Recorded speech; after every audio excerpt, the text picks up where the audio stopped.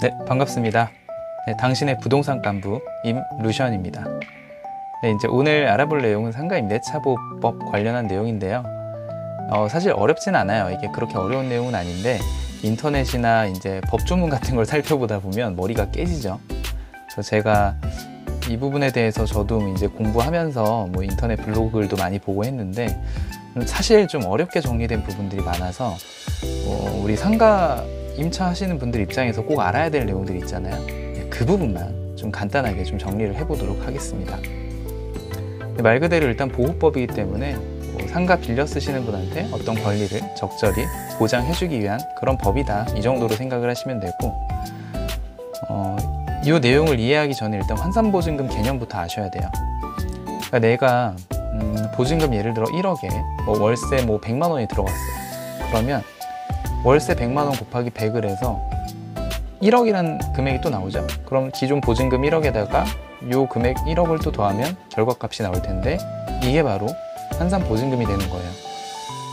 하나 더 계산해 보면 월세가 만약에 200이야. 그럼 200 곱하기 100을 하면 2억이죠. 보증금이 1억이야.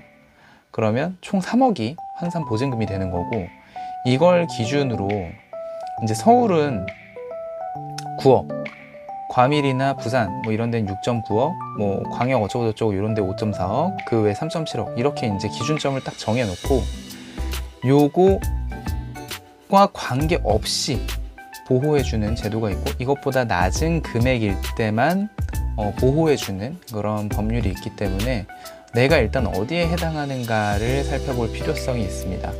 그래서 우선 환산 보증금과 관계없이, 그러니까 즉 이 금액을 넘어서는 경우에도 보장이 되는 그 법률부터 같이 좀 볼게요. 일단 관계없이 되는 거, 첫 번째 대항력이 생긴다. 이 대항력이란 개념이 그 말이 좀 어려워서 그렇지, 그냥 쉽게 얘기하면 나 여기서 장사하는 사람이에요 라고 누구한테나 주장할 수 있는 그런 힘이다 라고 생각을 하시면 되고, 그냥 생기는 건 아니고 요건 여기 써드렸죠. 이 건물을 인도받고, 그러니까 이 건물에 들어가서 사업자 등록하면 그때 생기는 거예요. 이걸 갖춰놓으면 좋은 거는 건물주 바뀌어도 상관없습니다. 제3자가 오든 누가 오든 간에 나 여기서 장사하는 사람이야 라고 주장할 수 있기 때문에 상관없죠. 그럼 두 번째, 임대차 기간이 일정 기간 보장된다. 최소 1년부터 최대 10년까지. 근데 10년이 무조건 보장된다 이런 개념은 아니고, 우리가 이제 장사를 하다가 좀 잘 돼. 그러면 더 하고 싶잖아요. 그럼 계약갱신 청구권이라는 걸 사용할 수가 있어요. 이걸 통해서 최대 10년까지 연장할 수 있도록 합니다. 일단 내가 2년을 계약할 수도 있고 3년을 할 수도 있고 5년을 할 수도 있는데, 그거는 민법이니까 자유롭게 하면 되는 거고, 일단 계약되면 만약에 내가 6개월로 계약을 했어. 그래도 최소 1년은 사용할 수 있는 걸로 해요. 그리고 이제 계약갱신 청구권을 사용하게 되면 최대 10년까지 연장할 수 있도록 해주는 거죠. 단서 조항이 있습니다. 이 계약갱신 청구권을 사용할 때는 계약이 끝나기 6개월 전부터 1개월 전까지는 얘기를 좀 해줘야 돼요. 나 이거 쓸 거예요. 그래야 이제 임대인도 뭔가 준비를 하고 생각을 하죠. 근데 만약에 여기서 임대인 거절 사유에 해당하면 안 될 수 있어요.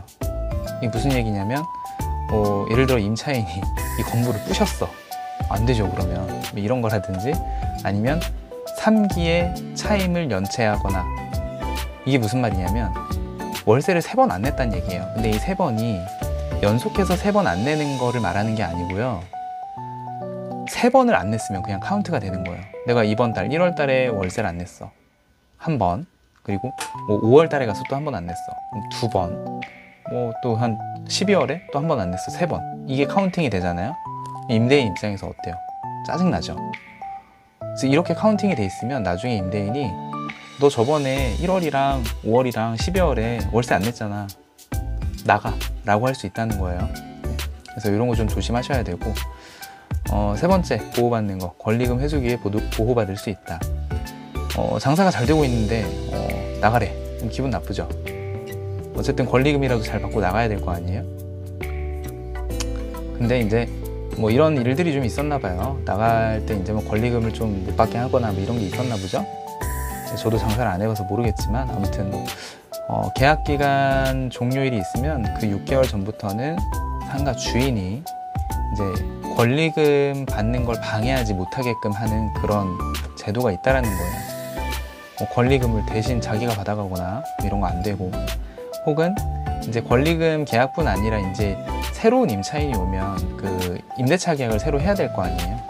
근데 그 사람이 들어올 엄두도 못 내게 임대료를 막 비상식적으로 높인다던가 뭐 이런 거 안 된다는 거죠. 이런 거 하면은 손해배상 해줘야 된다 라는 게 있습니다. 여기까지가 일단 환산보증금과 관계없이 해주는 것들이고, 여기부터는 이제 환산보증금 이하여야지만 해주는 것들 살펴볼게요. 우선 변제권이라는 게 생기고요. 아까 위에서 배웠던 대항력 있죠. 여기에다가 확정일자를 더하게 되면 우선 변제권이라는 게 발생을 합니다. 이게 어려운 개념은 아니고, 이제 만약에 내가 지금 뭐 들어와 있는 상가 건물이 상가 주인이 좀 이제 사정이 안 좋아서 경매나 국매로 넘어가게 되면 내가 돈을 받고 여기를 나와야 될 수도 있잖아요. 그럴 때 나보다 뒤에 들어온 사람들보다 먼저 돈 받는 거, 이걸 이제 우선 변제권이라는 표현을 해요. 그러니까 순서대로 돈을 받을 수 있는데 그 순서를 지켜주는 게 바로 이 확정일자예요. 네. 그래서 환산보증금 이내에 있는 경우에는 이 우선 변제권을 사용할 수 있다라는 거고, 그 다음 할 수 있는 거 최우선 변제권도 할 수 있다라는 겁니다.